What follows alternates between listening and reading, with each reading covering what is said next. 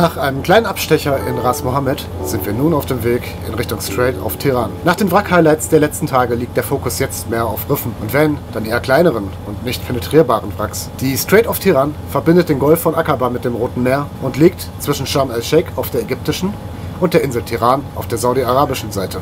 Im Zentrum der Meeresstraße befinden sich 4 Korallenriffe, welche alle nach den Geographen benannt wurden, die im 19. Jahrhundert die erste Seekarte der Region erstellten. Genauer gesagt Jackson Reef, Woodhouse Reef, Thomas Reef und Gordon Reef. Auf Höhe des Strait of Tiran verengt sich der Golf auf 2,4 Seemeilen und die Meerestiefe verringert sich auf teilweise nur noch 71 Meter. Aufgrund dieser geografischen Besonderheiten findet kein Austausch des Tiefenwassers mehr statt. Salzgehalt und Temperatur steigen also, was zu schnelleren Gezeitenströmungen führt. Das klingt doch sehr nach Drift Dives. Aber nicht nur das, die starken Strömungen befördern täglich große Mengen Plankton in die Gewässer. Viel Nahrung also, für Korallen und Riffbewohner. Was dann wiederum die größeren Jäger anzieht. Barracudas, Makrelen, Tuna und manchmal auch Haie. Auch wenn im Vergleich zum Süden die Chance auf den Longimanus hier oben eher gering ist, gab es deshalb noch ein fixes Shark Briefing zum Verhalten bei Begegnungen mit dem opportunistischen Hochseehai. Aufgrund der warmen Temperaturen zieht es in den Sommermonaten ebenfalls oft junge Walhaie in den Golf. Und wer weiß, vielleicht habe ich ja dann doch noch einmal Glück, einen dieser Kollegen vor die Linse zu bekommen. Immerhin ist 2017 ja nun auch schon ein paar Tage her. Zeit wird es also mal wieder.